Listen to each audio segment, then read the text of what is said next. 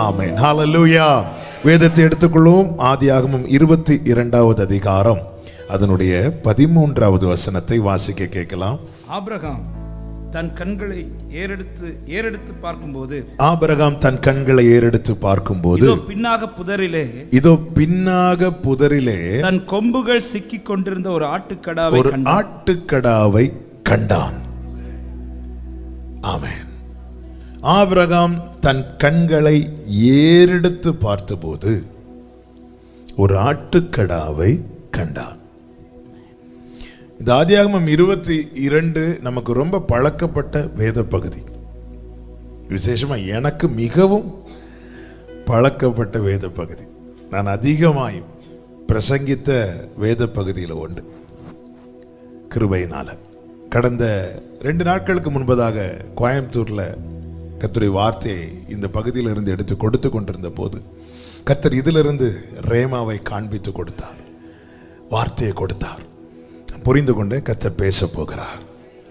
ஆமென். Abraham ஈசாக்கோடு ஒரு வார்த்தையை சொல்லி கொண்டு வருவார், கர்த்தர் பார்த்து கொள்வார் என்று.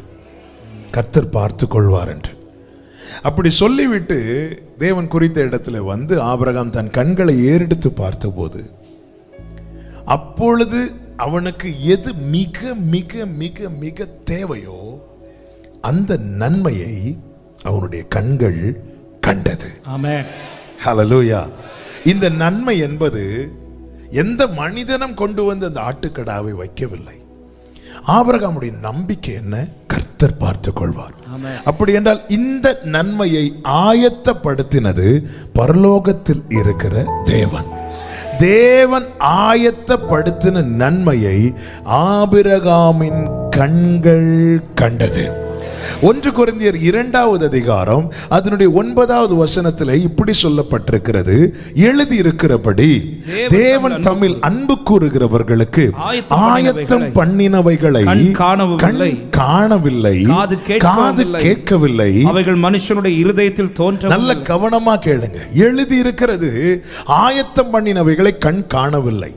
தேவன் ஆயத்தம் பண்ணுகிறவைகள் நம் கண்கள் காணக்கூடாது என்பதற்காக அல்ல.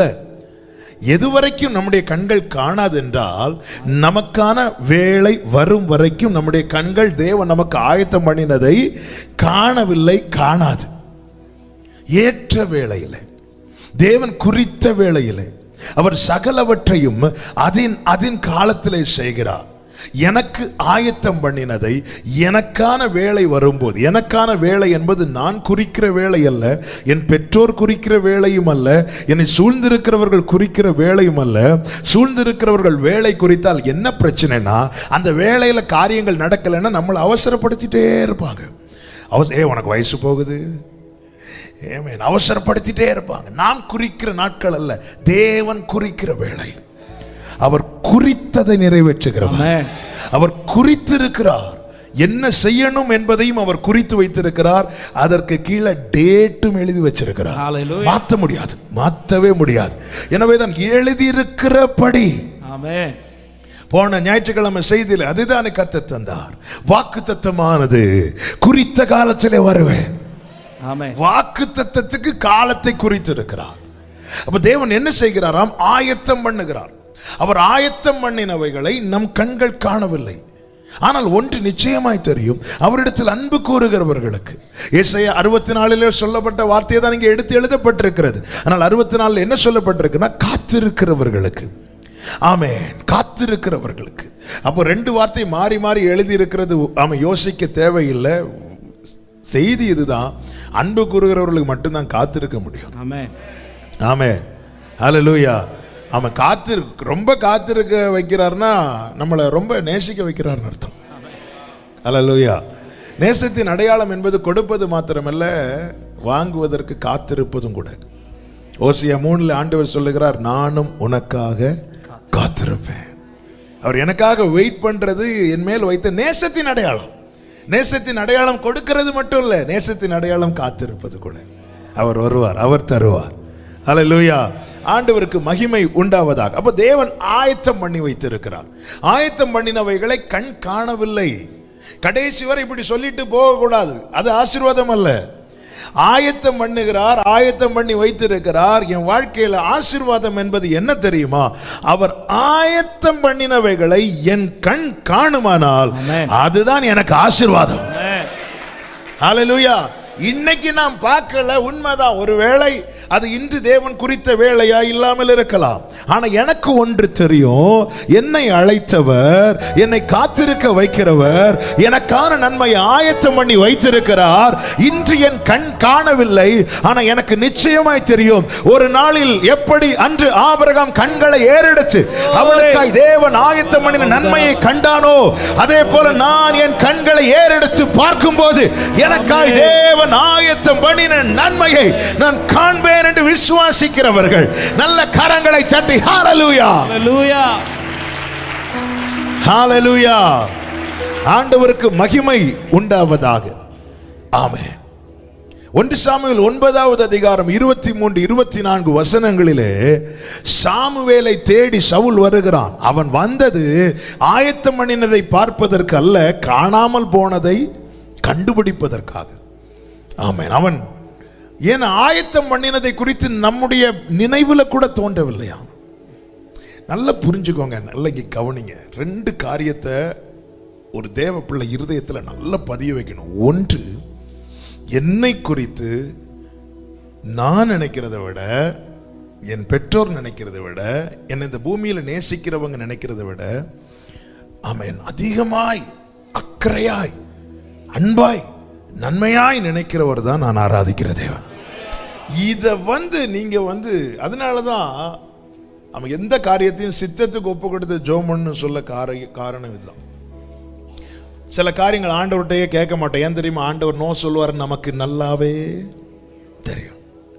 கேட்கவே மாட்டோம். நமக்கு தெரியும் இது கண்டிப்பா அங்க போனா இந்த ரிக்வெஸ்ட் மேக்சிமம் கிழித்து போடப்படும். அதனால நிறைய காரியம் ஜெபிக்காததுக்கு காரணம் நமக்கு நல்லா தெரியும், ஆண்டவர் நோ சொல்வார். சில காரியங்கள் ஜெபம் பண்ணும் போது எப்படியாவது அப்படிதான் கேட்கிறோமே தவிர நமக்கு சித்தமானாலும் கேட்கவே மாட்டோம்.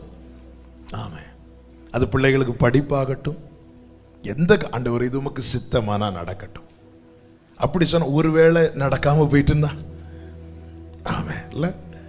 அதனால நிறைய காரியங்கள் நம்ம ஜெபத்தில் வைக்காததுக்கு ரீசனே நமக்கு ஓரளவுக்கு இவ்வளோ நாள் கூட இருக்கிறோம், ஆண்டவரை பற்றி நமக்கு தெரியாதா? இல்லை, அவருக்கு தெரியும். சில கார் அங்கே நோ தான் சொல்லுவார். ஏன்னா ஆமென், ஆண்டவருடைய எண்ணம் என்பது இவன் ஒரு நாள் மட்டும் மகிழ்ச்சியா இருக்கணும்னு கிடையாது, நித்திய மகிழ்ச்சி அவர்கள் தலைமையில் இருக்கணும். என் பிள்ளை வாழ்நாளெல்லாம் சந்தோஷமா இருக்கணும். அதுக்காக இன்னைக்கு சில அழுகையின் பள்ளத்தில் சிலத்தின விடுவார். பா இந்த ஆண்டவர் அங்கெல்லாம் ஸ்விம்மிங் பூல்ல எல்லாம் நீந்திட்டு இருக்கிறாங்க, என்னை அழுகையின் பள்ளத்தாக்கில் கொண்டு ஏய் நட, ஆமாம் நீ இதுல நட, நீ இதுல நடந்து வந்தேன்னா இன்னைக்கு நீந்திட்டு இருக்கிறவங்க நாளைக்கு இருக்க மாட்டாங்க, நீ நிப்ப, நீ நிப்ப. அதுதான் 73வது சங்கீதத்தில் ஆசாப் சொல்லுகிறான், நல்லா வாழ்ந்தவன் ஒரு நாள் எழுப்பி பார்க்கிற அவன் இல்ல, ஆனா ஆண்டவரே என்ன நிக்க வைக்கிறீங்க, ஆண்டவரே நீர் என் வலது கரத்தை பிடித்துக் கொண்டிருக்கிறீர். ஹல்லேலூயா. என்னை குறித்த 2 காரியம். ஒன்று, என்ன அதான் அதனாலதான் என்னை குறித்து அவருடைய திட்டத்தில் தீமை கிடையாது. என்னை குறித்து நான் போட்ட திட்டத்தில் தீமை நிறைய இருக்கு, தீமை நிறைய. அது அப்ப தெரியாது, அது கடந்து வரும்போது தான் தெரியும். இத்தனை ஆண்டுகள் திரும்பி பார்த்தா எவ்வளவு பிளான் பண்ணி. ஹல்லேலூயா. ஆமென். ஊழியத்தின் ஆரம்பத்தில் நிறைய எண்ணங்கள் எல்லாம் உடைச்சு ஆண்டவர் அப்படி கொண்டு வந்துட்டே இருக்கும்போது தான் ஒரு பாடலில் பாட வச்சாங்க. எனில் உண்டான மாற்றம் யாவும் உம்மால் வந்தது, எனில் உண்டான ஏமாற்றங்கள் என்னால் வந்தது, எனில் உண்டான மாற்றம் யாவும் உம்மால் வந்தது, அன்பால் வந்தது, எனில் உண்டான நன்மையாவும் உம்மால் வந்தது, எனில் உண்டான தீமையாவும் என்னால் வந்தது, எனில் உண்டான நன்மையாவும் உம்மால் வந்தது, உம் கிருபையால் வந்தது. ஆமென். ஹல்லேலூயா. ஆண்டவர் என்னை ஏமாற்றினார்னு சிலர் புலம்புவாங்க, ஆனா அது உண்மை கிடையாது. ஆமென். நம்ம கொஞ்சம் யோசித்து பார்த்தா நாம சில காரியத்தை தெரிந்தெடுத்திருப்போம். அதனாலதான் ஏமாற்றம். ஆனா அந்த இடத்துலயும் தேவன் கிருபை தந்து சரி பண்றதுக்கு வாராருன்னா அந்த அன்பை நான் என்ன சொல்றது? ஹல்லேலூயா.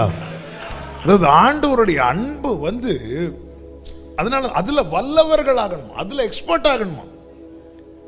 கிறிஸ்துவின் அந்த அறிவு கெட்டாத அன்பின் நீளம், அகலம், ஆழம், உயரம் அதை அறிந்து கொள்ள வல்லவர்களாகணுமா. ஒரு தேவ பிள்ளை அதுல ஸ்ட்ராங் ஆயிட்டானா அவனை எதையுமே அசைக்காது. அதனாலதான் பவுல் சொல்லுங்க, நான் நிச்சயித்திருக்கிறேன் கிறிஸ்துவின் அன்பை விட்டு என்னை இவைகள் பிரிக்க மாட்டாது என்று. இதை அறியறதுக்கு ஆசைப்படணும். அனுதினமும் நம்ம லைஃப வச்சு பார்த்துட்டு, ஆண்டவரே ஆமே இந்த தப்புக்கு இந்த பனிஷ்மெண்ட் கொடுத்திருந்தா இல்ல, ஆமே அதாவது என்ன, உன் கண் உனக்கு இடரலா இருந்துச்சுன்னா கண்ணை பிடிங்கி போடு. நம்ம லைஃபை திரும்பி பார்த்தா நம்ம எல்லா பார்ட்டுமே நமக்கு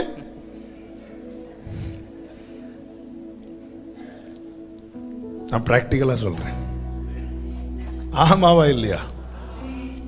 அப்ப நம்ம சர்ச்சுக்கு வர சீனை யோசித்து பாருங்க.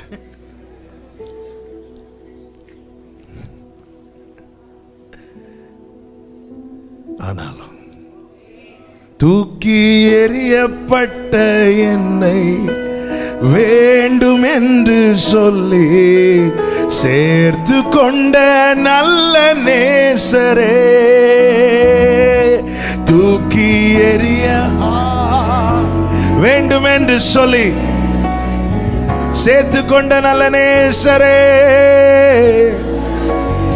கைகளை உயர்த்தி கண்களை வானத்துக்கு ஏறெடுத்து அப்பாவை பார்த்து, உம் அழகான கண்கள் என்னை கண்டதாலே முடிந்ததென்று நினைத்த நான் உயிர் வாழ்வின். அல்லேலூயா. உம் அழகான கண்கள் என்னை கண்டதாலே முடிந்ததென்று நினைத்த நான் உயிர் வாழ்கின்ற. முதல்ல புரிஞ்சுக்கோங்க, என்னை குறித்து அவருடைய திட்டத்தில் தீமை கிடையாது. இரண்டாவது ஒரு காரியத்தை நல்லா புரிந்து கொள்ளணும். என்ன, நான் ஒரு காரியத்தை கேட்டு அவர் தரவில்லை என்றால் நான் கேட்டதை விட பெஸ்டா அவர் ஒன்று எனக்காக ரெடி பண்ணி வச்சிருக்கிறார். நான் கேட்டு கிடைக்கலன்னா நான் கேட்டதும், அதாவது ஜெபித்து பதில் வந்திருக்கிறது என் வாழ்க்கையில், என் ப்ரேயருக்கு ஆன்சர் கிடைச்சிருக்கு அப்படி சொல்றவங்க எல்லாம் கை தூக்குங்க. நான் ஜெபம் பண்ணி எனக்கு பதில் வந்திருக்குன்னு சொல்றவங்க, சின்ன காரியமா பெரிய காரியம், எல்லா ஜெபத்துக்கும் நான் சொல்லலை, என்னுடைய ஒரு ஜெபத்துக்காவது என் வாழ்க்கையில் நான் பதிலை பார்த்துருக்கிறேன் அப்படி சொல்றவங்க அப்படி கையை தூக்குங்க. எல்லாம் கையை தூக்குங்க. Okay, right. கர்த்தர் உங்களை ஆசீர்வதிப்பார்.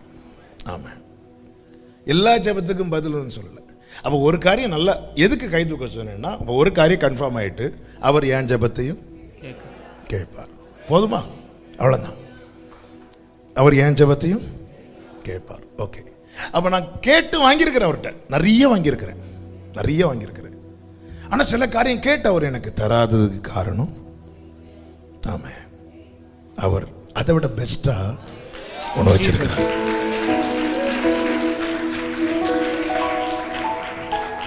அதனால அதை நான் வாங்க வேண்டும் என்பதற்காக அவர் எனக்காய் ஆயத்தம் பண்ணினதை நான் பார்க்க வேண்டும், நான் அதை கை நீட்டி வாங்க வேண்டும் என்பதற்காக என் கையை எம்டியாகவே அவர் வச்சிருக்கிறார். ஹல்லேலூயா, ஹல்லேலூயா.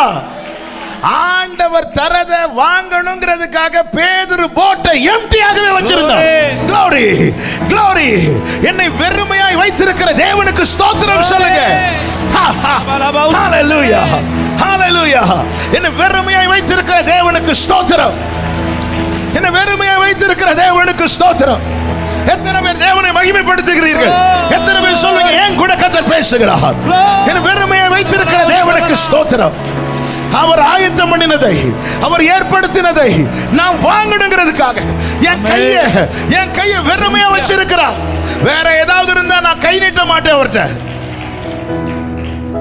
ஹalleluya, ஹalleluya, ஹalleluya. அருமையான ஒரு பாட்டு ஆராதனையில பாடணும். ரீகன் அண்ணனுடைய சாங். நான் நம்புவேன் உம்மை மட்டுமே என் வாழ்வின் நம்பிக்கையே நீர்தான்.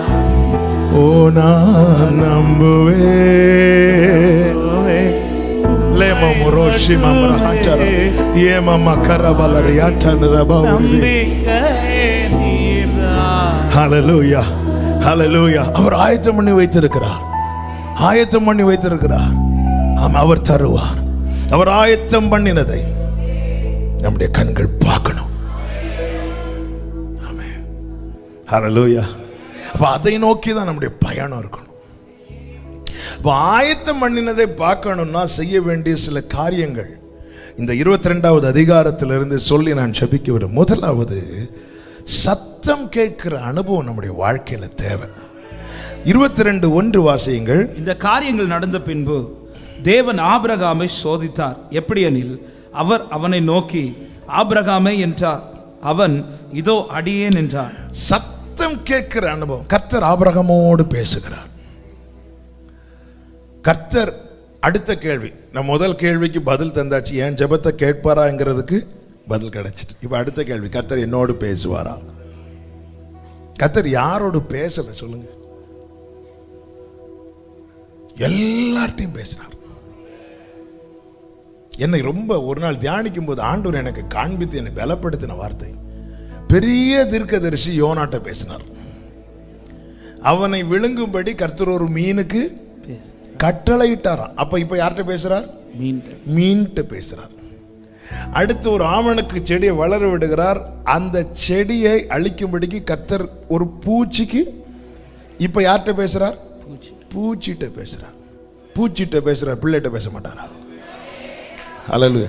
அவர் தீர்க்கதரிசிட்ட தான் இல்ல, சாமுவேல் என்னும் பிள்ளைகிட்ட பேசுறார். ஹalleluya. அவர் பேசுறார், ஆனா நம்ம கேட்கணும். சத்தம் கேட்கிற அனுபவம் நம்முடைய வாழ்க்கையில தேவை. அப்படி இருந்தால் மாத்திரமே அவர் குறித்த பாதையிலே பயணிக்க முடியும். அவர் எனக்காக நன்மையை எனக்கான இடத்துல ஆயத்தம் பண்ணும்போது நான் அதை நோக்கி பயணிக்கவில்லை என்றால் கடைசி வரை என்னுடைய சாட்சி எதுவா இருக்கும்னா, கர்த்தர் ஆயத்தம் பண்ணினதை என் கண்கள் காணவில்லை. இப்போ ஆபிரகாமின் சாட்சி எதுவா இருக்கிறது என்றால், ஆயத்தம் பண்ணினதை கண்கள் கண்டது. கழுதையை தேடி சவுல் வருகிறான் சாமுவேல் இடத்தில் வந்தபோது, அந்த வசனம் வாசிக்கல நினைக்கிறேன், வாசிக்கல இல்ல, 1 சாமுவேல் 9வது அதிகாரம், ஆமென், அதனுடைய 24வது வசனத்தில் சாமுவேல் இப்படி ஒரு வார்த்தை சொல்லுகிறார். அப்பொழுது சமையற்காரன் ஒரு முன்னந்தொடையையும் அதனோடு இருந்ததையும் எடுத்துக்கொண்டு வந்து அதை சவுலுக்கு முன்பாக வைத்தான். அப்பொழுது சாமுவேல், இதோ இது உனக்கென்று வைக்கப்பட்டது,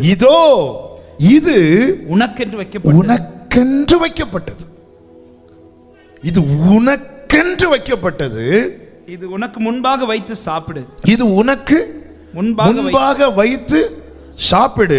நான் ஜனங்களை விருந்துக்கு அழைத்தது முதல் இதுவரைக்கும் இது உனக்காக வைக்கப்பட்டிருந்தது. இது உனக்காக வைக்கப்பட்டிருந்தது. எதுவரைக்கும்? சவுல் அவ்விடத்தில் வரும் வரைக்கும். அப்ப அதுக்கு முந்தின வசனத்தை பாருங்க, 23. பின்பு சாமுவேல் சமையற்காரனை பார்த்து, நான் உன் கையிலே ஒரு பங்கை கொடுத்து வைத்தேன். அதாவது சவுல் வர்றதுக்கு முன்னாடி நிறைய பேர் வந்துட்டாங்க. அப்படி வந்ததும் சாமுவேல் என்ன பண்றார் அப்படின்னா, பலிமிருகத்தின் அந்த முன்னந்தொடையை எடுத்து மாத்தி வைக்கிறார், ஒதுக்கி வைக்கிறார். இல்லைன்னா வேற யாராவது வந்து லெக் பீஸ்ன்னு சொல்லிட்டு இல்ல, எல்லாரும் முதல்ல கை வைக்கிறது எங்க தான் இல்ல, எதுக்கு சண்டை வருதோ இல்லையோ, உபவாச ஜபத்தில் 12:15 இப்போ அவனுக்கென்று வைக்கப்பட்டதை அவன் வரும் வரைக்கும் பத்திரப்படுத்தி வைக்கிறான். அதனால என்னை கேட்கிற ஒவ்வொருவருக்கும் இயேசுவின் நாமத்திலே சொல்றேன், ஆமென். உங்களுக்கு வேகமாய் ஓடுகிற ரதங்கள் இல்லாமல் இருக்கலாம், உங்க முன்னாடி 100 ரதங்கள் ஓடலாம்.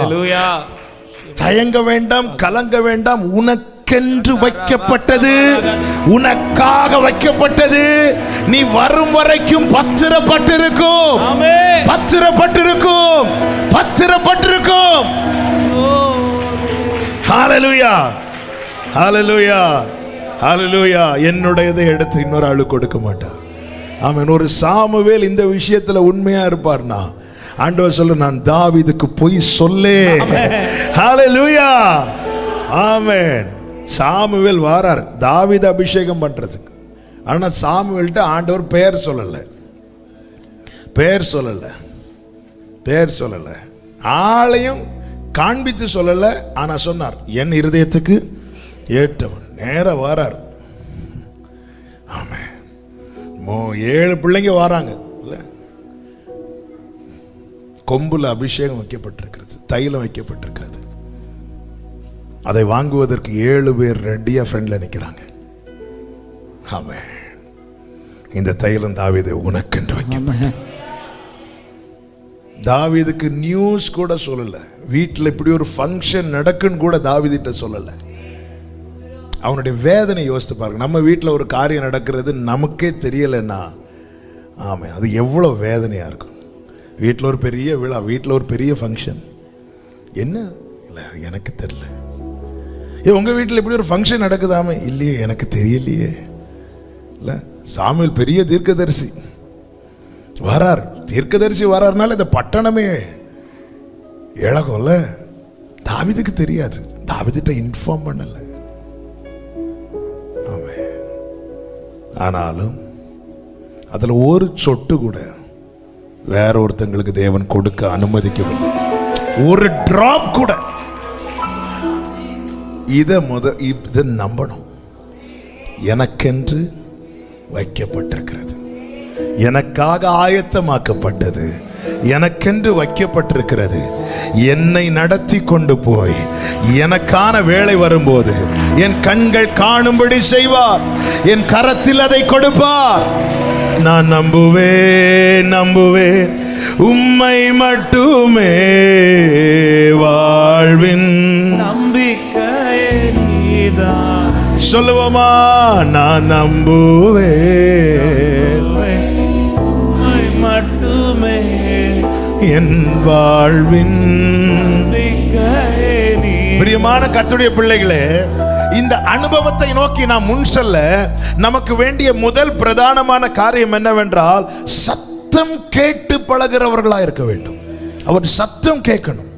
வலதுபுறம் இடதுபுறம் சாயும் போது வழி இதுவே, இதிலே நடவுங்கள் என்கிற சத்தம் காதுல கேட்கணும். பாருங்கள், இந்த சவுல் சாமுவேல் இடத்துல வருவதற்கு முன்பதாக 1 சாமுவேல் புஸ்தகம் அதை 9வது அதிகாரத்தில் நீங்க பார்த்தீங்கன்னா, கர்த்தருக்கு மகிமை உண்டாவதாக, அநேக இடத்துல அலைந்து திரிகிறான். அதனுடைய 4வது வசனத்தை பாருங்கள். அப்படியே அவன் எப்ராயிம் மலைகளையும் சலிஷா நாட்டையும் கடந்து போனான். அங்கே அவைகளை காணாமல் சாலிம் நாட்டை கடந்தார்கள், அங்கேயும் காணவில்லை. பென்யமின் நாட்டை உருவ கடந்தும் அவைகளை காணவில்லை. இப்பொழுது சவுல் சொல்ற, நம்ம திரும்பி தகப்பனிடத்தில் போவோம் என்று சொல்லும் போது 6வது வசனம். அதற்கு அவன், இதோ இந்த பட்டணத்திலே தன் வேலைக்காரன் கூட இருக்கிற ஒரு வேலைக்காரன் அவனை பார்த்து சொல்லுங்க, நம்ம திரும்பி போவோம் சொல்லும் போது அந்த வேலைக்காரன் என்ன செய்கிறான்? சரியாய் அவனை கைட் பண்றான். இதே போல நம்மை வழிநடத்தும்படி நமக்காக பரத்திலிருந்து அனுப்பப்பட்டவர் தான் பரிசுத்த ஆவியானவர். எப்படி இந்த வேலைக்காரன் சவுலோடு கூட இருந்து திரும்பி போலாம் நினைக்கும் போது சரியான ஆலோசனை சொல்லி சரியாய் வழிநடத்தப்பட்டானோ, இப்படி நம்மோடு இருக்கிற பரிசுத்த ஆவியானவருடைய சத்தம் கேட்கிறவர்களாய் நாம காணப்படணும். சத்தம் சத்தம் கேட்கிறவர்களாய் காணப்பட வேண்டுமானால் நம்முடைய ஆவியும் பரிசுத்த ஆவியும் எல்லாவற்றிலும் இசைந்திருக்க வேண்டும், இசைந்திருக்க வேண்டும். ஆமென். நம்ம பிரச்சனை என்ன அப்படின்னா, நாம மாம்சத்தில் இருக்கிறோம், இதற்குள்ளே ஆவியானவர் இருக்கிறார். இந்த மாம்சம் ஆவிக்கு விரோதமாய் போராடும். நமக்கு நிறைய காரியம் சரின்னு தோணும். ஒரு காலத்தில் நம் மாம்சமும் மனமும் விரும்பினதை செய்தோம். மாம்சம் விரும்பினது, மனம் விரும்பினது. மாம்சம் விரும்பினது செய்தோம் நிறைய காரியத்தை. அந்தந்த ஸ்டேஜில் அந்தந்த ஆசைகள் மாம்சத்துக்கு உண்டாகும். நாள் போக போக சரீர நிலைமை மாற மாற ஆசைகளும் மாறும். சின்ன வயசுல விரும்பி சாப்பிட்டதெல்லாம் வளரும் போது நம்ம என்ன செய்ய மாட்டோம்ல. நிறைய காரியங்களை நம்ம மாற்ற காரணம் என்னவென்றால் இந்த மாம்சத்தினுடைய நிலைமை மாறும்போது. இது ஒரு புறம். இன்னொரு புறம் மனம் நிறைய காரியம் நமக்கு சரின்னு சொல்லும். இப்படி நாம செஞ்சிட்டு இருந்தோம், நாமவே டிசைட் பண்ணோம், நாமவே டிசிஷன் எடுத்தோம், நாமவே தீர்மானித்தோம், ஓகே இது இப்படி செஞ்சா கரெக்டா இருக்கும். ஆனா ஹோலி ஸ்பிரிட் பரிசுத்தாவியானவர் வந்ததுக்கு அப்புறம் நம்ம அவருடைய ஆலோசனை கேட்கணும். தேவ சமூகத்தில் அமர்ந்து இப்படி ஒரு எண்ணம் இருக்குது ஆண்டவரே, நான் போகலாமா போகக்கூடாதா, இப்படி அவரோடு ஏதோ ஒரு காரியத்துக்கு அல்ல. திடீர்னு ஃபோன் பண்ணாலும் லைன் கிடைக்காது, எப்பவும் கான்டாக்ட்ல இருக்கணும். இந்த அனுபவம் இருந்தால் மட்டும்தான் ஆபிரகாமேன் சொன்னதும் இது அடியன் அப்படின்றான். ஆமென். எப்படி ரெஸ்பாண்ட் பண்றா பாருங்க. அப்படிப்பட்டவனோடு தான் கர்த்தர் திரும்பவும் பேசுவார்.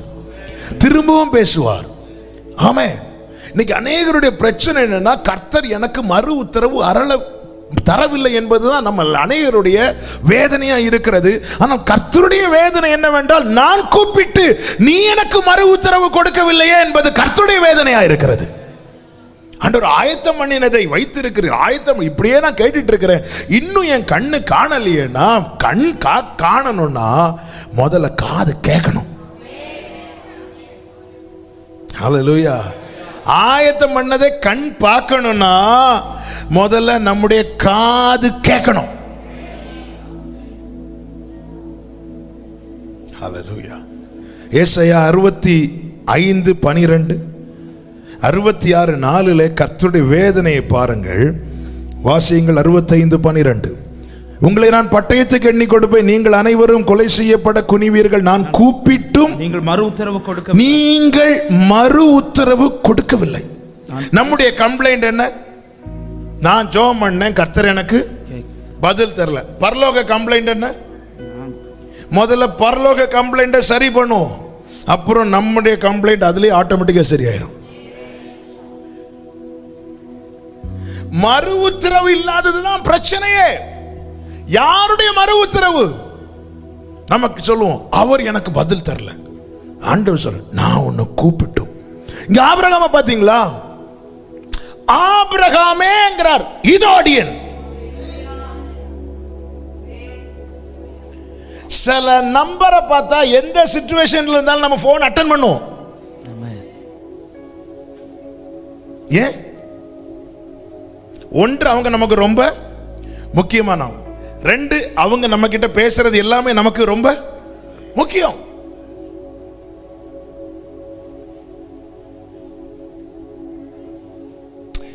எந்த சிச்சுவேஷன்ல இருந்தாலும் சில நம்பரை பார்த்து நம்ம இமிடியேட்டா அட்டெண்ட் பண்ண ரீசன் என்ன? ஒன்று, அவங்க நமக்கு ரொம்ப ரொம்ப முக்கியமானவங்க. ரெண்டு, அவங்க நம்ம கிட்ட பேசுறது எல்லாமே நமக்கு ரொம்ப முக்கியம். அவங்க சும்மா பேச மாட்டாங்க. எங்க அப்பா நைட்டு தூங்குறதுக்கே லேட் ஆகும். அப்போதான் படுத்துருக்குறாங்க. திடீர்னு நைட்டு ஒரு 11:45 12 மணி அந்த டைமில் ஒருத்தங்க ஃபோன் பண்ணுறாங்க. நைட்டு 11 மணிக்கு மேலே ஃபோன் வந்தாலே ஏதோ எமர்ஜென்சின்னு சொல்லிட்டு அப்பா பெட்லேருந்து அப்படி எழும்பி ஃபோன் அட்டன் பண்ணுறாங்க. ஹலோ பாஸ்டர் தூங்கிட்டீங்களா? சொல்லுங்கள். இல்லை பாஸ்டர், குட் நைட் சொல்ல கூப்பிட்டேன்.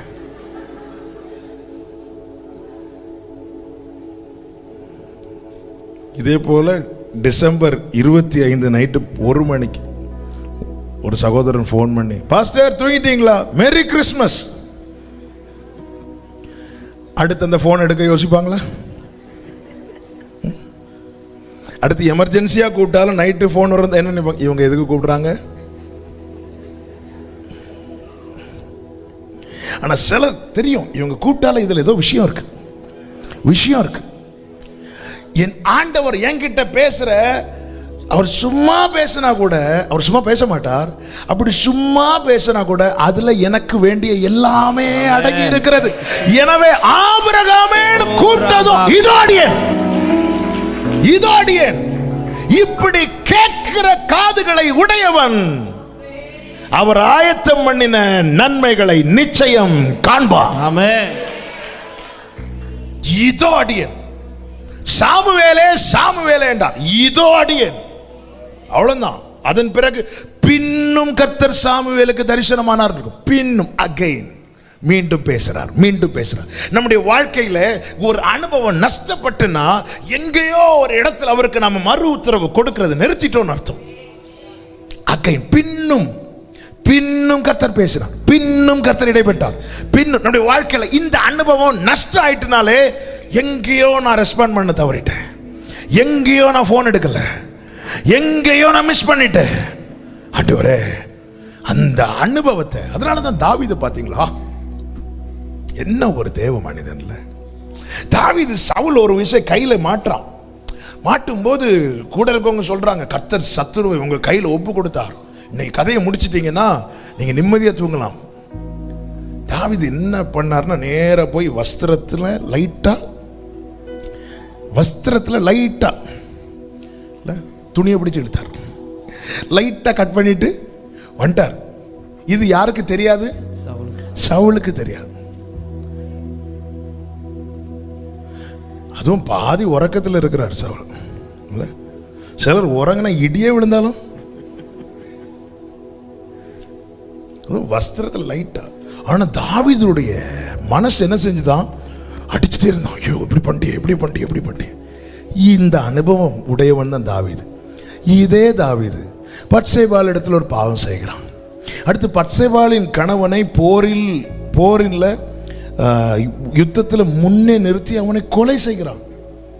இவ்வளவு துணிந்து செய்தும் தாவீதுடைய மனசு கொஞ்சம் கூட அடிக்கல. தீர்க்கதரிசி உணர்த்தினது தான் தாவீது 51 சங்கீதம் எழுதுறாரு. என்ன சொல்றாருன்னா, எங்கேயோ தப்பு நடந்துட்டு. அன்னைக்கு சவுலுடைய ஒரு சத்துருவினுடைய வஸ்திரத்தை தொட்டது என் இருதயம் அவ்வளோ அடிக்குது. இன்னைக்கு எனக்கு நன்மை செய்தவனுக்கு நான் தீமை செய்த பிறகும் இல்ல உரியா கையில ஆண்டவர் தாவீது எல்லாம் இதயத்துக்கு ஏற்றவன் தாங்க. ஆனா நீதி தவறி ஆண்டவர் ஒண்ணுமே செய்ய மாட்டார். அதனாலதான் எல்லா மேட்டரையும் தாவீது பண்ண மற்ற தப்பு எதுவுமே பைபிள் எழுதப்படாது. ஆனா ஒரே ஒரு விஷயம் மட்டும் திரும்ப வரும். அந்த உரியா சங்கதி ஒன்றை தவிர, அந்த உரியா சங்கதி ஒன்றை தவிர ஆண்டவரே தயவு செய்து அந்த உரியா சங்கதி, அந்த உரியா பேரை மறக்க கூடாது. ஆமென். அல்லேலூயா. நான் சொல்றேன், உரியாக்காக அழுறதுக்கு யாரும் இருக்க மாட்டாங்க, ஆனா அவர் மறக்க மாட்டார். இல்ல தாவீதுக்காக அழுறதுக்கு ஒரு தேசம் இருக்கும், இந்த உரியாக்காக யாருங்க அழுவா? ஆனா கர்த்தர் கணக்கு கேட்பார். உனக்காக இந்த பூமியில அழுறதுக்கு கூட யாரும் நினைச்சு கலங்காத, பரலோகத்தில் ஒரு நீதி உள்ள தகப்பன் இருக்கிறார். ஆமென்.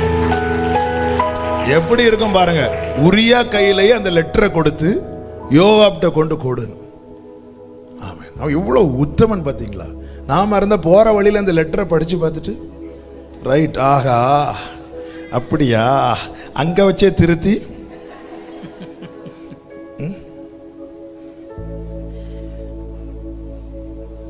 எவ்வளவு அவன் லெட்டரை கொடுக்குறான். இவ்வளவு துணிந்து செய்கிறான் தாவீது. தீர்க்கதரிசி லெஃப்ட் ரைட் வாங்கிட்டார். அன்னைக்கெல்லாம் தீர்க்கதரிசிங்கன்னு அப்படி இருந்தாங்க. நேர தாவீதை இன்னும் எண்ணி 15 நாள்ல உன் வீட்டுக்கு மேல 2 பெட்டி பணம் இருக்கும் அப்படிலாம் சொல்ல மாட்டாங்க. ஆமென். ஆமென். ஹல்லேலூயா. நமக்கு அப்படிதானே கேட்கறதுக்கு.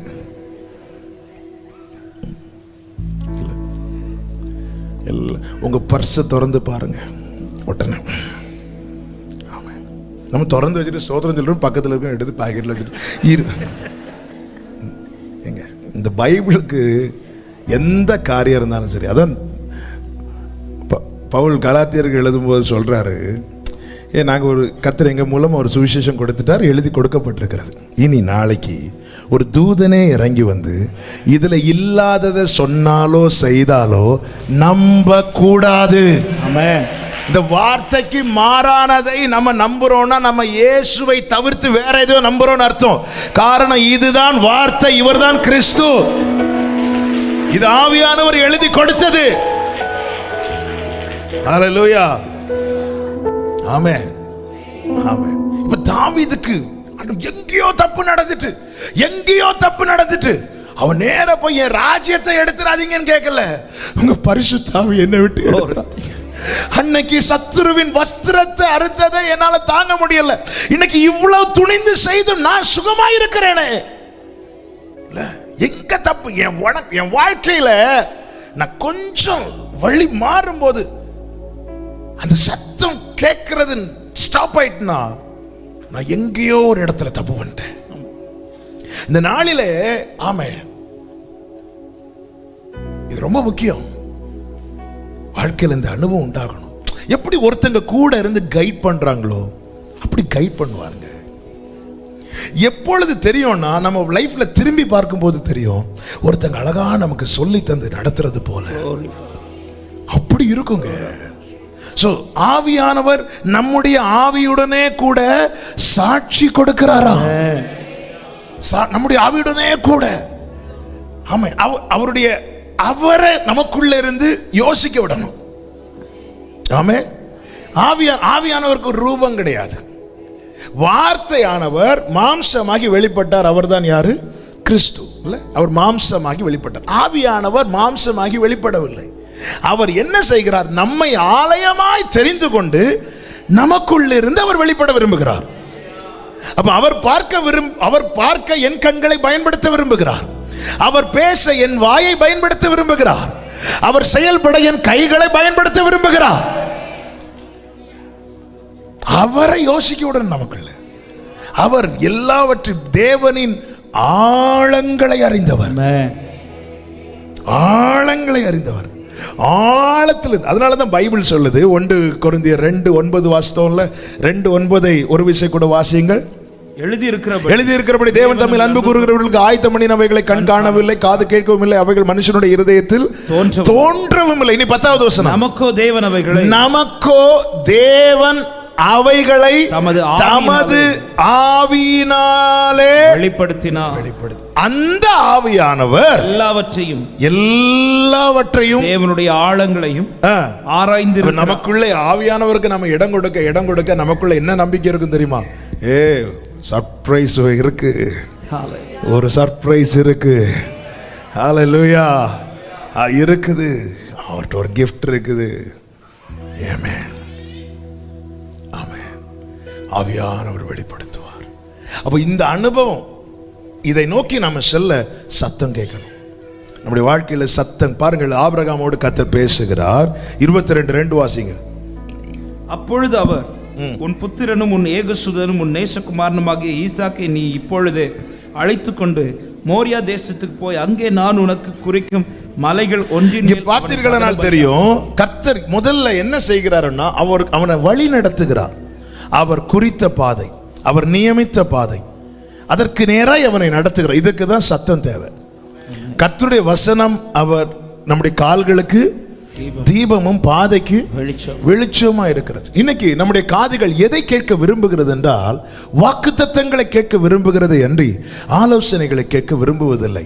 ஆனால் சத்தியம் என்னவென்றால், ஆலோசனைக்கு செவி கொடுக்கிறவன் மாத்திரமே வாக்குத்தத்தங்களை காண்கிறவனாய் இருக்கிறான். வாக்குத்தத்தத்தை கேட்டுட்டோம், என்ன கேட்டுட்டோம்? தேவன் தம்மில் அன்பு கூறுகிறவர்களுக்கு ஆயத்தம் பண்ணினவைகளை கண் காண. அப்போ சூப்பர், ஆயத்தம். ஓகே, அடுத்து ஆபிரகாமே, நான் உனக்கு குறிக்கும் ஆண்டவர், அது வேண்டாம், அது வேண்டாம். எங்களுக்கு அந்த 5 நிமிஷம் மெடிடேஷன் மட்டும் போதும். இன்னைக்கு என்ன சில இன்னைக்கு என்ன வாக்குத்தத்த வசனம் எடுத்து பார்க்கிறது, ஆமென். பைபிளை மூடுறது, அப்புறம் அடுத்து மீட்டிங் முடியும் போது யாராவது தட்டணும். ஆமென். எப்படி இருந்து இன்னைக்கு செய்தி ரொம்ப அப்படி பார்க்கறது, வசனத்தை பார்க்கறது, ஓகே ஓகே இதுதானே, இந்த வசனம் தெரியும். எந்த காதுகள் ஆலோசனைகளுக்கு அதிகம் செவி கொடுக்கிறதோ அவர்களுடைய கண்களை வாக்குத்தத்தத்தை காணும். ஆமென். ஆபிரகாமே, நான் உனக்கு குறிக்கும், நீ மோரியா தேசத்துக்கு போய் நான் உனக்கு குறிக்கும் மலைகள் ஒன்றின் மேல் அவனை தகன பலியாக பலியிடு. அப்ப தேவன் ரூட் சொல்லி கொடுக்கிறார். நான் உனக்கு போதித்து நீ நடக்க வேண்டிய வழியை உனக்கு காட்டுவேன். உன்மேல் என் கண் வைத்து உனக்கு ஆலோசனை சொல்லுவேன். பிரயோஜனமாய் இருக்கிறவைகளை போதித்து உன்னை நடத்த வேண்டிய வழியிலே உன்னை நடத்துகிற உன் தேவனாகிய கர்த்தர் நானே என்று கர்த்தர் சொல்லுகிறார். பிரயோஜனமாய் இருக்கிறவைகளை, ஆலோசனை இல்லாத வாக்குத்தத்தம் வேதத்தில் இல்லை. ஆமென். ஆமென். கர்த்தர் ஆயத்தம் பண்ணினதை ஆபிரகாம்கிட்ட சொல்லல, வைத்திருக்கிறார். ஆபிரகாமுடைய எதிர்பார்ப்பு என்ன? ஈசாக்கின் எதிர்பார்ப்பு என்ன? அப்பா, பலிக்கான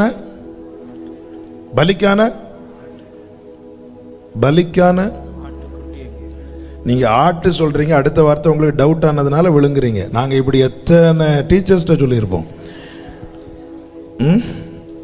ஆட்டுக்கடாவா ஆட்டுக்குட்டியான டவுட். அதனால ஆட்டு நாங்க எத்தனை கிளாஸ் தாண்டி வந்திருக்கிறோம்.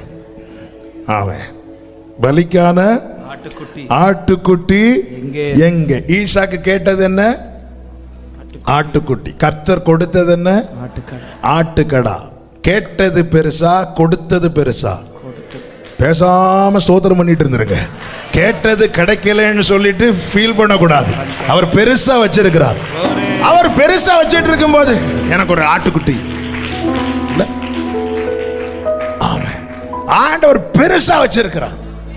ஹல்லேலூயா. நான் ஏன் கேட்டது தரலன்னு தெரியுதா? கேட்டது தந்திருந்தா அந்த சின்னதை ரெண்டு என் கையில வச்சிட்டு இருப்பேன். அவர் பெருசு தரும்போது வாங்குறதுக்கு என் கை ஃப்ரீயா இல்ல. என்ன ஃப்ரீயாக்குறது, என்ன பிஸியாக்குறதுக்காக. ஆமென். எத்தனை பேர் ஆமென் சொல்றீங்க? ஆமென். ஆண்டவர் உங்களை ஃப்ரீயாக்குறதே உங்களை பிஸியாக்குறதுக்காக. ஹல்லேலூயா. ஆமென். எங்க அம்மா இருக்கிறாங்க, அதனால சொல்லவும் வழி இல்லை.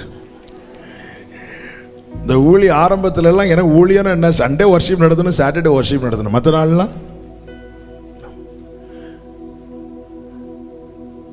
ஃப்ரீயா இருந்தேன். நைட்டு தான் நமக்கு ஓடும், ஜபமோ பாட்டோ இதெல்லாம் நைட்டு தான் ஓடும். அப்போ நான் மியூசிக்கும் பண்ணுவேன். அதனால் பகல் மேக்சிமம் எனக்கு என்ன தேவைன்னா தூக்கம், சாப்பிட்டுட்டு தூங்குவேன். அம்மா சொல்லும், சும்மா சும்மா சாப்பிட்டுட்டு தூங்காது. இது அப்போ. இப்போ என்னன்னா, கொஞ்சம் தூங்கக்கூடாதா? நைட்டும் முழிச்சிருக்கு, காலையிலையும் முழிச்சிருக்கு, கொஞ்சம் தூங்கக்கூடாதா? அன்னைக்கு என்ன ஃப்ரீ ஆக்குனது, இன்னைக்கு என்ன பிஸி ஆக்குறது.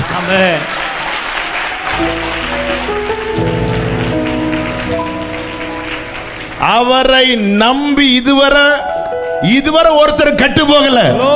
உன்னை சும்மா இருக்க வைக்கிறது கூட உன்னுடைய ஆசீர்வாதத்துக்கு தான். உன்னை வெறுமையா வைக்கிறது கூட உன்னுடைய ஆசீர்வாதத்திற்கு. எத்தனை பேர் விசுவாசிக்கிறீங்க? ஆமென்.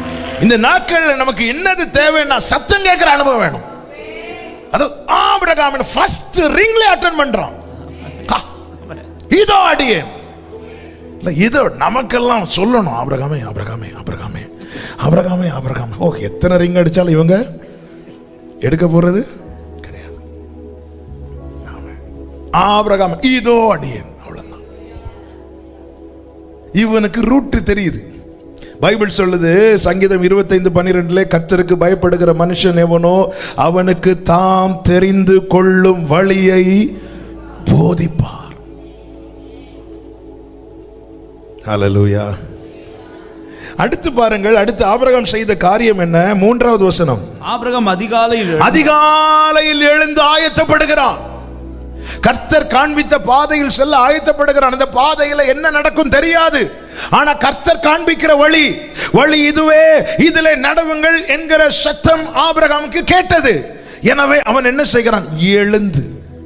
எல்லாரும் சொல்லுங்க, எழுந்து. அப்படி என்றால் நல்லா புரிஞ்சுக்கோங்க, எவன் ஒருவன் தன்னை ஆயத்தப்படுத்திக் கொள்ளுகிறானோ அவனே அவர் ஆயத்தப்படுத்தினதை பார்க்க முடியும். ஆமென், ஆமென். எவன் ஒருவன் தன்னை ஆயத்தப்படுத்திக் கொள்ளுகிறானோ அவனுடைய கண்களே அவர் ஆயத்தப்படுத்தினதை பார்க்க முடியும். எனவே காத்திருக்கும் காலத்தில் நீ முடங்கி கிடக்காதே. கர்த்தருடைய சத்தத்தை கேட்டு எழும்பு. நீ முடங்கி கிடக்க உனக்கு ஆயத்தம் பண்ணினதை பார்க்கும் நாட்கள் தாமதமாகி கொண்டிருக்கிறது. இது முடங்கி கிடக்கிற காலம் அல்ல. நீ எழும்பு, உன் அறையை கட்டிக்கொள், நீ ஆயத்தப்படு. அவன் என்ன செய்கிறான்? தேவையானதை எடுக்கிறான், தேவையில்லாததை அகற்றுகிறான். இந்த ஆயத்தப்படும் நாட்களிலே ரொம்ப ரொம்ப முக்கியமான காரியம் இதுதான். எது தேவையோ அதை சேர்த்துக் கொள்ளணும், எது தேவையில்லையோ அதை அகற்றணும். தேவையில்லாததையும் சேர்த்து கொண்டால் பாருங்கள், இங்கே ஃபாரின்கெல்லாம் போவாங்க. போகும்போது வீட்டிலேருந்து போனால் பிள்ளைங்கள்லாம் போனால் எங்கள் அண்ணன் ஃபேமிலி, தம்பி ஃபேமிலி, தங்கச்சி ஃபேமிலிலாம் வந்துட்டு போகும்போது அம்மா பாச மழை பொழிவார்கள். எவ்வளவு மேக்ஸிமம் அது இருக்கட்டும் எல்லாம் வச்சுட்டு இப்போ ஒரு குறிப்பிட்ட வெயிட்டு தான் கொண்டு போக முடியும். ஒரு 25 கிலோ 30 கிலோ தான் கொண்டு போக முடியும். ஸோ வெயிட் பார்க்கும்போது இது 40-45 கிலோ இருக்கும். அடுத்து என்ன செய்வாங்க? ஓகே, அப்போ எவ்வளோ தான் கொண்டு போகணும்? 30. அப்போ இனி என்ன செய்யணும்? கொஞ்சம் வெயிட்டை குறைக்கணும். வெயிட்டை குறைக்கிறதுக்கு என்ன செய்யணும்? இதில் எது ரொம்ப முக்கியமோ, எது ரொம்ப அவசியமோ அதை வச்சுட்டு இது இல்லைன்னாலும் பரவாயில்லைங்கிறத மாற்ற வெயிட்டு குறையும், பிரயாணம் இனிதாய் அமையும். இல்லைன்னு நீங்கள் ஏர்போர்ட்டில் பார்த்துட்டீங்கன்னா தெரியும், நிறைய பேர் பெட்டியாக கட்டி கொண்டு வந்து வெயிட் பார்த்துட்டு இல்லை இது கொண்டு போக முடியாதுன்னு அங்கே வச்சு பிரித்து, ஐயோ அது ஒரு டென்ஷன் இல்லை. வாழ்க்கையில் இனிமையாக ஏன் இன்னைக்கு அநேகருக்கு பயணிக்க முடியலைன்னா தேவையில்லாததெல்லாம் எடுத்து வச்சு. அதான் மார்த்தாள் கவலைப்பட்ட போது இயேசு கண்ணீர் விடவில்லை. ஏன்னா அவ பட்ட கவலை தேவையில்லாத கவலை. தேவையில்லாமல் கவலைப்பட்டா இயேசு கண்ணீர் விட மாட்டார். மரியாள் அழுத போது இயேசு அழ காரணம் அவ வடித்த கண்ணீர் தேவையான கவலை. தேவையில்லாமல் கவலைப்பட்டா ஹே மார்த்தாள் நீ சும்மா, நம்ம லாங்குவேஜில் சொன்ன சும்மா இது வந்தாலே இல்லை. நீ அநேக காரியங்களை குறித்து அந்த கவலை என் மேல வைன்னு வேற அவர், நீ ஏன் கவலைப்படுற? அதான் நான் வந்துட்டே சொல்லவே இல்லை. ஆமென். சம்பந்தமே இல்லாதவர் பேசுறது போல நீ அநேக காரியங்களை குறித்து இயேசுவை வச்சுட்டு கவலைப்படலாமா? ஹல்லேலூயா. இயேசு இருக்கிறாருங்க. மரியாள் அதனால பாதத்தில் வந்து உட்கார்ந்துட்டான். அநேக காரியங்களை குறித்து இன்னைக்கு அது பாரம் எப்படிங்க இழுத்துட்டு போக முடியும்? வண்டி மூவே ஆக மாட்டேங்குது இல்ல. ஒரு கார்ல இவ்வளவு தான் லோடு ஏறும், அடிச்சு ஏத்திட்டு. அதுவும் நம்ம போற ரோடு வந்து ஏற்றமான ரோடு, எங்க போகும் வண்டி அழுது 4 டயரும் சப்பி விரிந்து. தயவு செய்து என்ன விட்டுருங்க, வாயிருந்தா ஆழம். இப்படி ஆயத்தம் படுத்துறதுங்கிறது இது என் வாழ்க்கை பயணத்துக்கு தேவையில்லைன்னா அதை நான் சேர்ப்பேன், ஆனால் அது பாரமாக என் வாழ்க்கையில் ஆட் ஆகும்.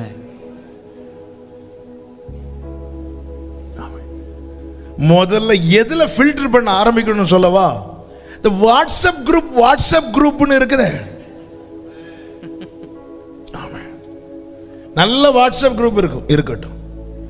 சில நம்ம பழைய நண்பர்கள் ஒரு குரூப் கிரியேட் பண்ணுவாங்க. அதுல ஒருத்தரையும் நமக்கு கண்டிப்பா தெரியாது. முதல்ல அதுலயே நீங்க ஃபில்டர் பண்ண ஆரம்பிச்சிட்டாலே போதும் இல்ல. இது எனக்கு தேவையா, இது எனக்கு அவசியமா? அவங்க எதெல்லாமோ அனுப்புவாங்க, நம்ம எல்லாத்தையும் டவுன்லோட் பண்ணி பார்த்துட்டு எப்போதான் இருந்து டவுன்லோட் பண்ணுவோம் தெரியுமா? நம்ம ப்ரேயருக்கு போய் உட்கார்ந்து இருக்கும்போது ப்ரேயர் பாயிண்ட்ஸ் பார்க்கறதுக்குன்னு ஃபோன் எடுப்போம். ப்ரேயர் பாயிண்ட்ஸை தவிர மீதி எல்லாத்தையும் பார்ப்போம். பார்த்துட்டு 1 மணிக்கு ஒரு ஜெபத்தில் 55 நிமிஷம் முடிஞ்சிடும். இனி ஆண்டவரே சொல்லப்பட்ட எல்லா குறிப்புகளுக்காக எங்கே யார் சொன்னா? ஏன்னா இது ஜெபிச்சு இப்படி பழகியாச்சு. அதனால அப்படிதான் வாயில வார்த்தை வருது. வாழ்க்கை பயணத்தில் ஃபில்டர் பண்ண வேண்டியதை ஃபில்டர் பண்ணலைன்னா நம்ம எல்லாம் அடுத்த ஸ்டெப் எடுத்து வைக்க முடியாது. அது ரொம்ப வெயிட் ஏறிட்டே இருக்கும். இதுதானே இதுதானே இதுதான் இதுதான் இதுதான். ஆனால் எல்லாம் சேரும்போது வெயிட் வெயிட் வெயிட் ஏறினா கொண்டு போக முடியாது. ஒவ்வொரு பயணத்திலையும் பிரிக்க வேண்டி இருக்கும் லக்கேஜ். எத்தனை தடவை தாங்க ஒருத்தங்களை ஆபரேட் பண்றதுக்கு, எத்தனை தடவை தான் வாழ்க்கையில் இப்படி பிரித்து பிரித்து சேர்க்கிறதுக்கு. எனவே நீ பயணத்தை துவங்கும் முன்னமே உன் வாழ்க்கையில எது தேவையில்லையோ அதை அகற்று. உன் பயணம் இனிதாய் அமையும். அவன் தன்னை ஆயத்தப்படுத்தி புறப்பட்டதுனால 3வது நாள்ல வந்துட்டான். இல்ல, இஸ்ரவேல் ஜனங்கள் 11 நாளில் கடக்க வேண்டிய கானானை 40 வருஷம் சுத்த காரணம் என்ன தெரியுமா? வெயிட் ஏறிச்சு. இருதயத்தில் எகிப்தை சுமந்தாங்க, எகிப்தின் அருவருப்புகளை கொண்டு வந்தாங்க. வெயிட் ஏறிச்சு. எகிப்தில இருந்து உன்னை வெளியே கொண்டு வந்தாச்சு, அப்புறம் ஏன் தேவையில்லாததை எடுத்துட்டு வர? ஆபிரகாம் பாருங்க, குறித்த இடத்துல 3 நாள்ல வந்துட்டான். ரீசன் என்ன? அவன் ஆயத்தப்படுத்தினான். ஆமென். ஆயத்தப்படுத்தினான். எல்லாத்தையும் எல்லாத்தையும் எல்லாத்தையும் ஏற்றுக்கொள்கிறவன் அவன் சுத்திட்டு தான் இருப்பான். ஏன்னா வெயிட் அவனை போக விடாது. ஏற்றமான பகுதியில் அவனை ஏற விடாது, தாழ்வான பகுதியில் அவனை உருட்டி போட்டு விடும். அப்போ ரெண்டுமே அவனுக்கு பாதிப்பு தான். அப்போ ஒவ்வொரு ஸ்டெப்ல லக்கேஜை பிரிக்கணும், மாற்றணும். வாழ்க்கையில் இப்படி எத்தனை ஆபரேஷன் நடந்தாச்சு. ரீசன் ஆண்டவர் அவங்களெல்லாம் அழகாக தான் நடத்துறீங்க ஆண்டவர். என்னதான் ஒவ்வொரு இடத்துலையும் கொண்டு வந்து அவங்களுக்கெல்லாம் நீங்க கவுன்சிலிங்கோட விட்டுறீங்க, எனக்கு ஆபரேஷன் இல்லாமலே விட மாட்டேங்கிறீங்களா ஆண்டவரே? நான் உங்களை பார்க்க வந்தாலே பிடிச்சி ஆபரேஷன் தியேட்டருக்குள்ளதான் நீங்க கொண்டு போறீங்க. இது என்ன ஆண்டவரே நியாயம்? ரீசன் அதுதான், தேவையில்லாம நிறைய. ஆமென். அதனால ஆபிரகாம் எழுந்து ஆயத்தப்பட்டு என்ன தேவையோ எடுத்துக்கொண்டு போனான். சத்தம் கேட்கணும், ஆயத்தப்படணும். 3வது பாருங்கள், அதே 3வது வசனத்தை ஒரு விஷயம் கூட. ஆபிரகாம் அதிகாலையில் எழுந்து தன் கழுதையின் மேல் சேணம் கட்டி தன் வேலைக்காரர்கள் 2 பேரையும் தன் குமாரன் ஈசாக்கையும் கூட்டிக் கொண்டு தகன பலிக்கு கட்டைகளையும் பிளந்து கொண்டு தேவன் தனக்கு குறித்த இடத்திற்கு புறப்பட்டு போனான். நல்ல கவனமா கேளுங்க. ஆபிரகாம் எங்க போறான் கேட்ட ஆபிரகாமுடைய பதில் ஒண்ணுதான், தேவன் எனக்கு குறித்த இடத்துக்கு நான் போறேன். ஆமென். நம்முடைய பதில் இதுவா இருக்கணும். அங்க என்ன இருக்கும் தெரியாது, அங்க என்னவா இவன் வாழ்க்கை முடிய போகுது தெரியாது. எனக்கு ஒண்ணு தெரியும், நான் நடக்கும்படி எனக்கு பாதையை போட்டார், நான் போறேன். நிச்சயம் இருக்கணும். எங்க போறேன்? எங்கேயோ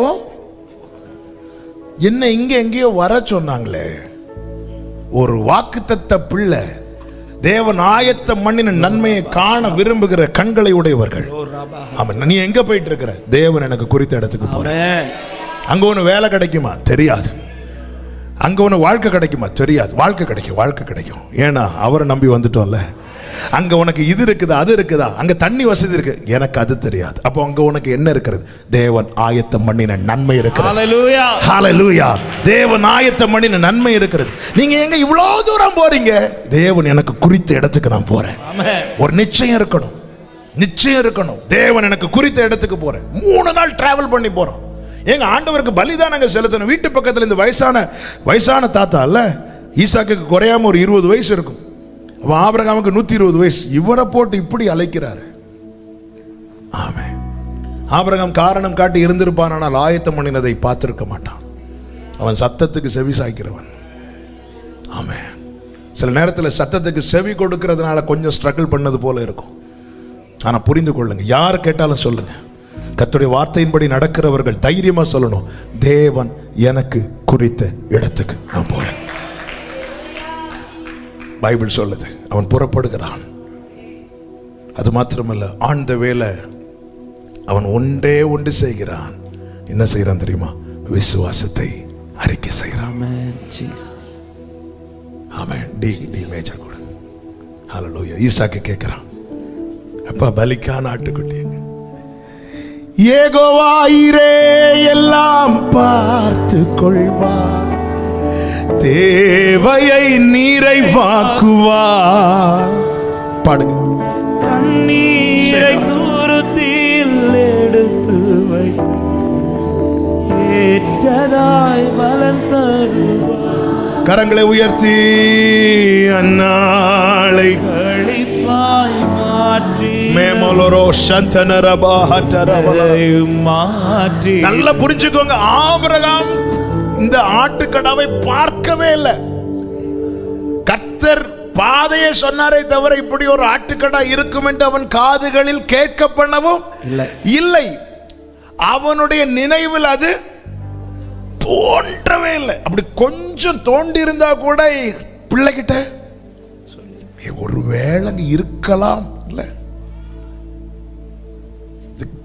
கன்ஃபார்மா ஆபிரகாம் தெரிஞ்சிட்டு ஈசாக்கு தான். ஆனாலும் அவன் சொல்றான் கர்த்தர் பார்த்து. அதை நீங்க கொஞ்சம் யோசி. ஈசாக்கு கேட்கிறான், ஆட்டுக்குட்டி எங்க? ஆபிரகாம் ஈசாக்கு அப்படி பார்த்துட்டு கர்த்தர் பார்த்து கொள்வார். உங்க பிள்ளைய பார்த்துட்டு இந்த வேர்டை சொல்லுங்க. உங்க பிள்ளைய பார்த்துட்டு சொல்லுங்க, கர்த்தர் பார்த்து கொள்வார்ப்பா. யெகோவா ஈரே, யெகோவா ஈரே. ஓலா ஹண்டர பாபா பாபா லரா ஏ மாமா லரா ஹண்டர லரடரா ஏ பலரோ சத்தனர் ஹண்டரே. ஆமென். உங்க பிள்ளைய கைக்குள்ள வச்சிருடி பார்த்துட்டு, ஏன்னா இருவரும் கூடி போனார்கள். அப்படிதான் இருக்கு, ரெண்டு பேரும் கூடி போனார்கள், அப்படி சேர்ந்து போயிட்டு இருக்கிறாங்க. அப்போ ஈசா கேட்கிறாப்பா, ஆட்டுக்குட்டி எங்க? கர்த்தர் பார்த்துக் கொள்வார், கர்த்தர் பார்த்துக் கொள்வார். ஆமென். இந்த விசுவாசத்தை சொல்லுங்க. நீங்க சொல்ல சொல்ல சொல்ல நாம எல்லா பகுதிகளையும் பிள்ளைங்க வாழ்க்கையில பார்க்க முடியுமான்னு கேட்டா தெரியாது, ஆனால் அந்தரங்கத்தை அவர் பார்ப்பார். ஆமென். ஆரம்பத்துல இருந்து உங்க பிள்ளைகளை நிறுத்தி சொல்லுங்க, யெகோவா ஈரே. அப்ப நீங்க பார்த்துக்கோங்க, நீங்க பார்த்துக்கோங்க, கர்த்தர் பார்த்துக் கொள்வார்.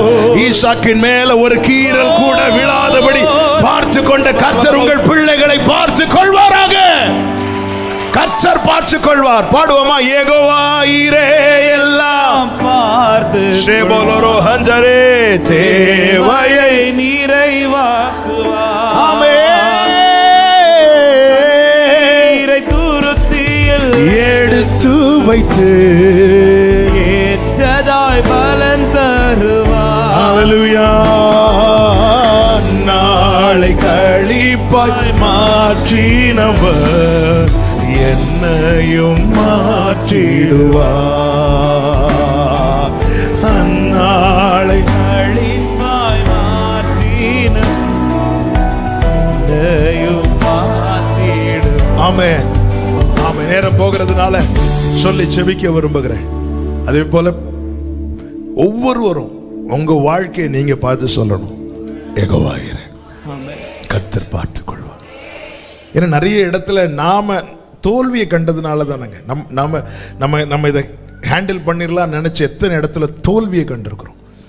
நம்ம தோற்கிறோனாலே அது நம்முடைய பலவீனம் தானே. ஆமென். நம்ம ஆராதிக்கிற தேவனுக்கு பலவீனம் கிடையாது, பலவீனம் கிடையாது. நீங்க கொஞ்சம் யோசித்து பாருங்க, இந்த உலகத்தில் இருக்கிற அத்தனை பேருடைய பலவீனங்களையும் ஏற்றுக்கொண்டு இல்லை, ஒரு பலவீனம் வந்தாலே ஆள் எழும்ப முடியல. இங்கே எத்தனை பலவீனங்கள் மரணத்தை நோக்கி கொண்டு போய்விட்டது. ஏதோ ஒரு பலவீனம் இருக்கும்ல. ஆமாம். அத்தனை பலவீனங்களை அவர் ஏற்றுக்கொண்டு மூணாவது நாள் எழுப்பி வந்து நிற்கிறாருன்னா தொட முடியாது.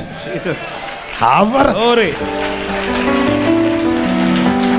நல்ல கையை தட்டி அப்பாவுக்கு மகிமை.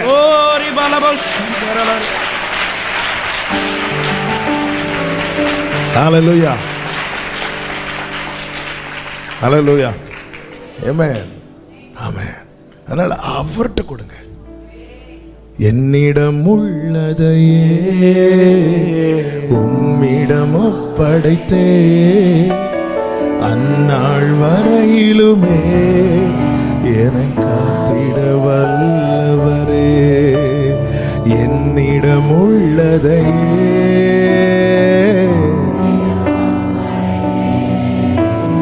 அந்நாள் வரையிலுமே அதை காத்திட. இப்பொழுது இவர்கள் வருகிறார்கள். 9வது வசனத்தின் முதற் பகுதியை வாசிங்க. தேவன் அவனுக்கு சொல்லியிருந்த தேவன் அவனுக்கு சொல்லியிருந்த இடத்துக்கு வந்தார்கள். 3 கடைசியில் என்ன சொல்லப்பட்டிருக்கிறது? தேவன் தனக்கு குறித்த இடத்திற்கு புறப்பட்டார். அப்படி புறப்பட்டவனால் மட்டும்தான் தேவன் சொல்லி இருந்த இடத்திற்கு வர முடியும். அப்படி வந்தவனால் மட்டும்தான் தேவன் ஆயத்தம் பண்ணின நன்மையை காண முடியும். அப்போ ஆபிரகாமின் கண்கள் எதுவரை அவர் ஆயத்தம் பண்ணினதை பார்க்கவில்லை, அவர் சொல்லியிருந்த இடத்திலே வந்து அவன் சேரும் வரைக்கும் அவர் ஆயத்தம் பண்ணினதை பார்க்கவில்லை, பார்க்க முடியவில்லை. மாறாக விசுவாசத்தை மட்டும் சொல்லிட்டே இருந்தான். விசுவாசத்தை சொல்லிட்டே இருந்தால கர்த்தர் பார்த்துக்கொள்வார், கர்த்தர் பார்த்துக்கொள்வார், கர்த்தர் பார்த்துக்கொள்வார். ஆனால் ஆயத்தம் பண்ணினதை பார்க்கணும்னா தேவன் குறித்த ஸ்தானத்தில் வந்து நிற்கணும். பாருங்கள், தேவனை பார்க்க கூடாம தானே ஆதாம் ஏவாள் போய் ஒளித்து கொண்டார்கள். தேவன் குறித்த ஸ்தானத்தில் அவர்கள் நின்றிருப்பார்கள், ஆனால் அவங்க தேவனை பார்த்திருப்பார்கள். ஆனால் அவங்களால நிற்க முடியல. ஏன் நிற்க முடியல? பாவம் அவர்களை தள்ளி கொண்டு போய்விட்டது. எனவே தான் வேதம் சொல்லுகிறது, ஆமே, பாரமான யாவையும் நம்மை சுற்றி நெருங்கி நிற்கிற பாவத்தையும் தள்ளிவிட்டு விசுவாசத்தை துவக்குகிறவரும் அதை முடிக்கிறவருமாய் இருக்கிற இயேசுவை நோக்கி, அடுத்த வார்த்தை சொல்லுங்க, நமக்கு நியமித்த ஓட்டத்திலே பொறுமையும். நமக்கு இல்லைன்னா பாவத்தை தள்ளலைன்னா பாவம் நம்மளை தள்ளிவிடும். அதன் பிறகு நமக்கு ஆயத்தம் பண்ணினதை நம்ம ஓடிட்டு தான் இருப்போம். வாழ்க்கை ஃபுல்லாக அந்த வசனத்தை சொல்லிட்டே இருப்போம். ஆயத்தம் பண்ணதை ஒரு கண்ணும் ஒரு கண்ணும் ஒரு கண்ணும் ஒரு கண்ணும் கடைசியில் முடிக்கும் போது ஒரு கண்ணும் எனக்கு குறித்த ஸ்தானத்தில் நான் நிற்கிறது வரைக்கும் என் கண் காணல. நான் வந்து நின்று என் கண்களை ஏறெடுத்து பார்ப்பேன். கர்த்தர் எனக்கு ஆயத்தம் பண்ணினதை காண்பேன். ஆமென், ஹல்லேலூயா. ஆண்டவரை நேசியுங்கள். நமக்கான நன்மையை ஆயத்தம் பண்ணி வைத்திருக்கிறார்.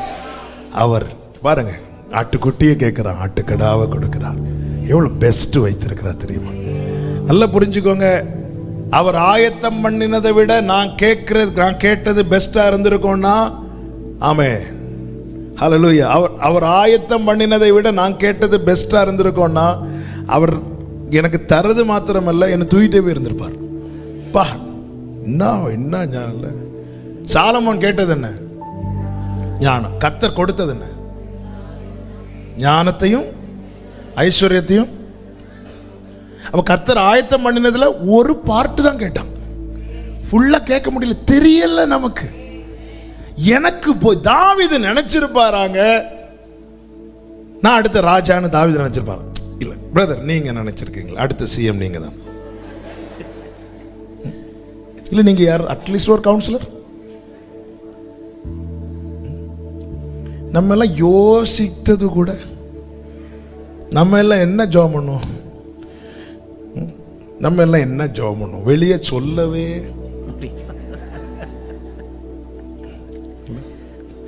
அவர் பெருசா வச்சிருக்கிறார். பெருசா வச்சிருக்கும் போது அவர் பெருசா இல்லை, நம்மை அநேகத்தின் மேல் அதிகாரியா வைக்கிறதுக்கு அவர் பிளான் பண்ணிட்டு இருக்கும் போது, ஆண்டவர் ஒரு ரூபாய் தாங்க ஆண்டவர், இவன் யாரு? இல்ல நம்ம கேட்கறதெல்லாம் அப்படிதான் இருக்கு. கேளுங்கள் கிடைக்கும், கிடைக்கலையா காத்திருங்கள், சிறப்பானதை தருவார். ஹல்லேலூயா, ஹல்லேலூயா. என் ஆண்டவர் நல்லவர், என் இயேசு நல்லவர், எனக்கு ஆயத்தம் பண்ணினதை என் கண்களை காணும்படி செய்கிறவர்.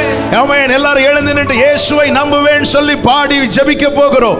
ஹல்லேலூயா. இயேசுவை நம்புவேன், நாளெல்லாம் நான் பின்பற்றுவேன், என்னை அவரிடம் ஒப்படைத்தேன், வெட்கப்பட்டு.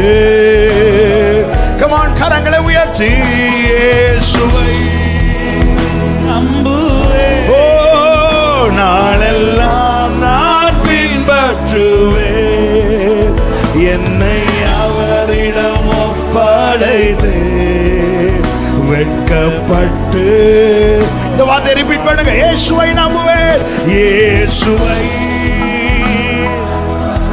ஓ நாளெல்லாம் நான் பின்பற்றுவேன்,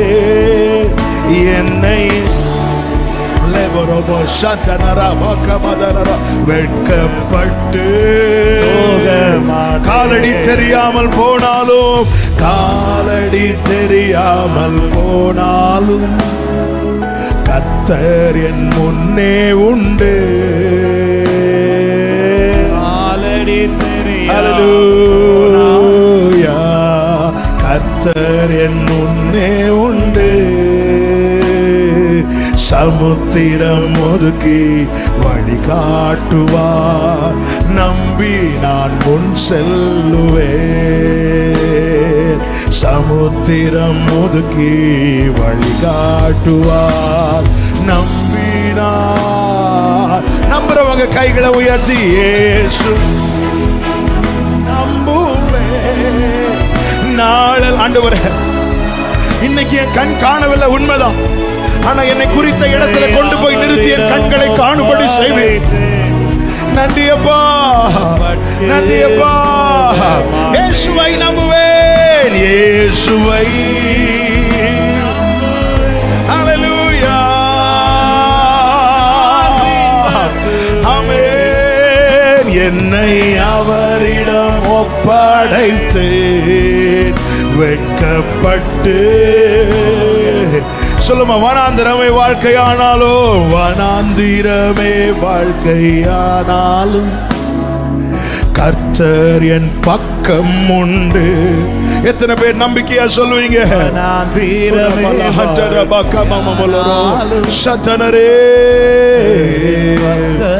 சொல்லுங்க, வேண்டியதை அவர் பார்த்து கொள்வார், வேண்டியதை அவர் பார்த்து கொள்வார், நம்பி நான் முன் செல்லுவேன். குறித்த இடத்துல கொண்டு போய் நிக்கிறது வரைக்கும், நிறுத்துறது வரைக்கும் உன் கண்ணு பார்க்கல, ஆனா நிறுத்தி உன்னை பார்க்க வைப்பார், கண்களை ஏறெடுத்து பார்க்க வைப்பார். இயேசு நாளெல்லாம் நான் பின்பற்றுவேன், என்னை அவரிடம் ஒப்படைத்தேன், வெட்கப்பட்டு. இயேசுவை நம்புவேன், இயேசுவை நம்புவேன், நாளெல்லாம் நான் பின்பற்றுவேன், என்னை அவரிடம் ஒப்படைத்தேன், வெட்கப்பட்டு. அப்படியே நன்றியோடு கரங்களை அசைத்து ஹல்லேலூயா பாடுவோம். எல்லா மகிமையும், எல்லா கனமும், எல்லா துதியும், எல்லா ஸ்தோத்திரங்களும் எங்களை நேர்வழியாய் நடத்துகிற எங்கள் ஆட்டுக்குட்டியானவரா, எங்கள் ஆண்டவராகிய இயேசு கிறிஸ்துவுக்கே ஹல்லேலூயா, ஹல்லேலூயா, ஹல்லேலூயா, ஆமென். நல்ல கரங்களை தட்டி ஹல்லேலூயா. அவர் ஆயத்தம் பண்ணினதை என் கண்கள் காணும்படி செய்வார். ஆமென். எனக்கு தேவன் குறித்த ஸ்தானத்தில் என்னை கொண்டு வந்து நிறுத்தி எனக்காய் தேவன் ஆயத்தம் பண்ணினதை என் கண்கள் காணும்படி செய்வார் என்று நம்புகிறவர்கள் நன்றியோடு கரங்களை தட்டி அப்படியே செய்வாராக, அப்படியே செய்வாராக. ஆபிரகாமுக்கு செய்தவர் உங்களுக்கும் செய்வாராக, உங்கள் தலைமுறைக்கு செய்வாராக.